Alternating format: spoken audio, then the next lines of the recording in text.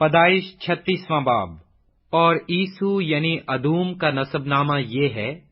عیسو کینانی لڑکیوں میں سے ہتی الون کی بیٹی ادا کو، اور ہوی سبون کی نواسی، اور انا کی بیٹی اوہلی باما کو، اور اسماعیل کی بیٹی اور نبایوت کی بہن بشامہ کو بیاہ لایا۔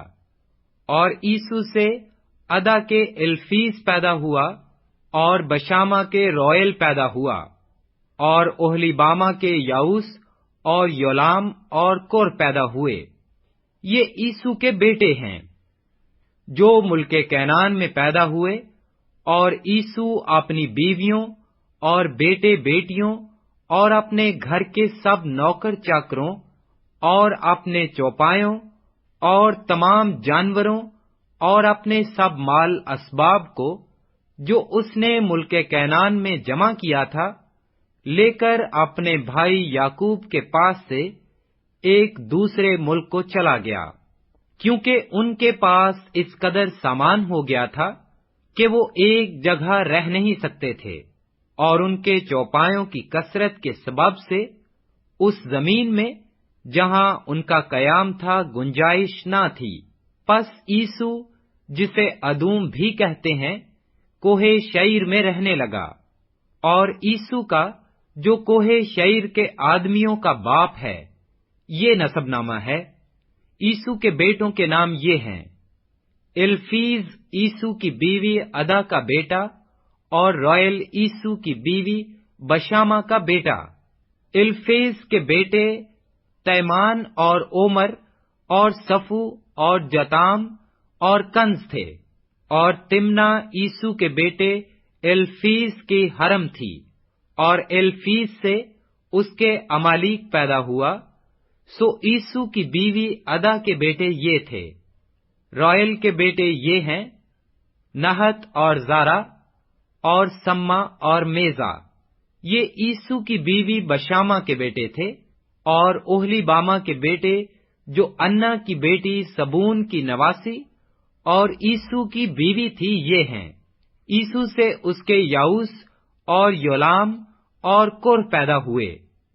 اور عیسو کی اولاد میں جو رئیس تھے سو یہ ہیں: عیسو کے پہلوٹھے بیٹے الفیز کی اولاد میں رئیس تیمان، رئیس اومر، رئیس صفو، رئیس کنز، رئیس کور، رئیس جتام، رئیس امالیک۔